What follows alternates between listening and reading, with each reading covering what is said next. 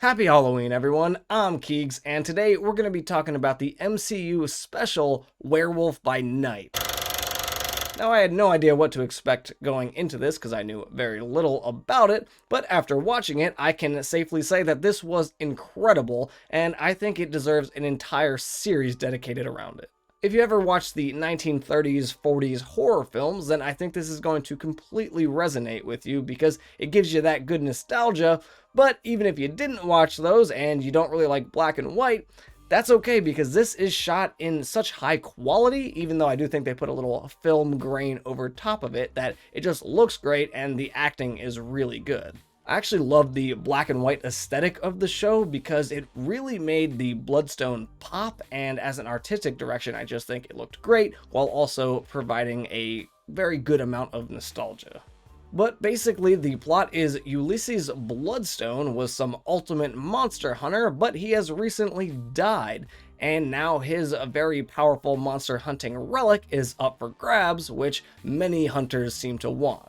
Originally, it was supposed to be passed to his daughter Elsa, but she kind of disappointed him and left his training because I secretly suspect that she didn't really like how he treated the monsters, or maybe, in fact, he just killed indiscriminately, and she didn't really appreciate that. So instead, what he's decided is to hold a competition. Now, in this competition, they're going to have to hunt a monster and prove that they are worthy of the stone, in which his daughter does actually end up entering this competition, and it also becomes a bit of a battle royale since there are no clear rules. Surprisingly, they actually had some pretty badass fights in there, and it was actually pretty gruesome, especially for a Marvel movie, probably one of their most gruesome yet, but because it's in black and white, I think it tempered it a lot, and honestly, that's probably how they got away with having so much blood and slitting of throats on screen, is to have it shot in black and white. If you haven't seen it, then I definitely recommend you go and watch it, especially if you're feeling Halloween inspired, but spoilers from here on out. The Scottish dude with the big axe was my favorite. I thought he was just really fun, and out of all the monster hunters, I think he got the most backstory, and we kind of learned a little bit about him and got to see what he was capable of. I would like to see him as a returning character, but obviously he's dead now, so that's probably not going to happen unless some magic comes into play, which, I'm never going to rule anything out. But I really wish a lot of the other characters had that development. As they stood, they were really fun fights, but I think seeing what they could do might have added a little bit more to the experience of watching the protagonists that you're rooting for fight them. The big twist, or at least one of the big twists, is that Jack is actually friends with the monster, and he actually ends up running into Elsa at one point, and he's just like, hey, I'm not really trying to fight here, I'm just trying to go the other way, and even when she gets in a fight, he just completely dips out because he is not about it at all. But they end up getting trapped in like a mausoleum and form a bit of a pact to get out, and he says, you can have the stone, I want my friend, and we can make something work here, which they end up doing. He tells her that his friend's name is Ted, and just treat him like an old friend, which honestly, when she runs into him later, then she does do that, and they kind of get on pretty well. When they get the stone off of his friend Ted, though, Jack goes to pick it up, presumably to hand it to Elsa, but it just completely knocks him out and launches him back, kind of alerting everyone to him being a monster himself, and then getting thrown in a dungeon. The head lady must really have it out for Elsa, though, because she throws her in the cage with Jack, and I assume it's because she has some weird deity worshipping vibes of Ulysses, and she rejected Ulysses, so now the head lady is mad that Elsa would ever dare to reject the love of a god or some stupid crap like that. What I love about Jack, though, is that when he does finally wake up and come to, he's so optimistic. He's just like, oh, yep, hey, it's okay, we got plenty of time, we can figure this out, and he's never really that worried, of course, until she mentions that the Bloodstone is going to bring out the monster in him, which he's not really worried about himself, and he's not really worried about anyone else except for Elsa because she's trapped there with him, and he's actually generally a good dude and thinks of himself as generally a good dude, which I can totally get on board with because he's a lot of fun, and he also doesn't seem to want to kill people, so that's also a plus.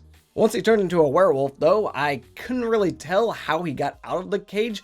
Was there a top on the cage, or did he break it when he jumped up? I couldn't really tell. I mean, either way, it was probably a very poorly designed cage, especially for a werewolf. Like, did they know he was a werewolf? I assume they didn't, because maybe they would have strengthened the cage if they knew that.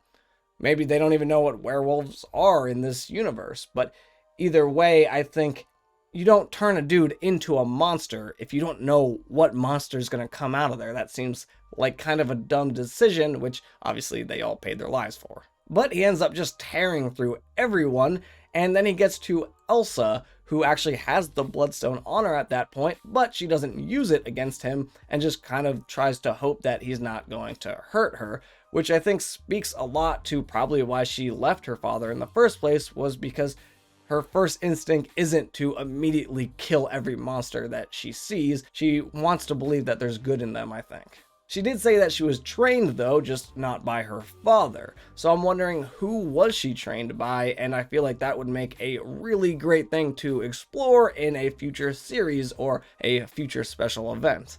But Werewolf Jack runs away after Ted slams and crashes through the ceiling and ends up killing the old lady, who just a very poor attitude all around. And then we know Elsa ends up with the Bloodstone.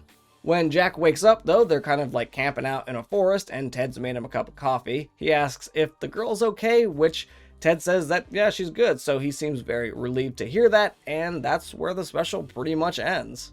It does actually go to color there, though, so I'm wondering if they do a follow-up or a sequel ever, if it will be set a little bit later. I'm not saying a huge time jump, but a little bit later, and maybe Elsa has more time to have practiced with the Bloodstone now and is a little more powerful wizard-like. I assume Jack lives a long time too as a werewolf, and they did mention that the Bloodstone prolongs your life, so I think Elsa could be around for a while as well, so I wonder if they're going to play with that at all. Overall, this was a super fun special, and I would love to see a follow-up series or even an annual Halloween October event where we get a new Werewolf by Night special, because I think these two have a lot more stories to tell, and it could be really fun to have kind of an annual event that you look forward to every time, especially if they don't want to go the full-on series route. But let me know what you thought of the show, and if you'd like to see more of this or not, and would you like it to be in black and white still, or, should we go to color already? But I'm Keegs, and I will catch you all next time for some more Marvel content.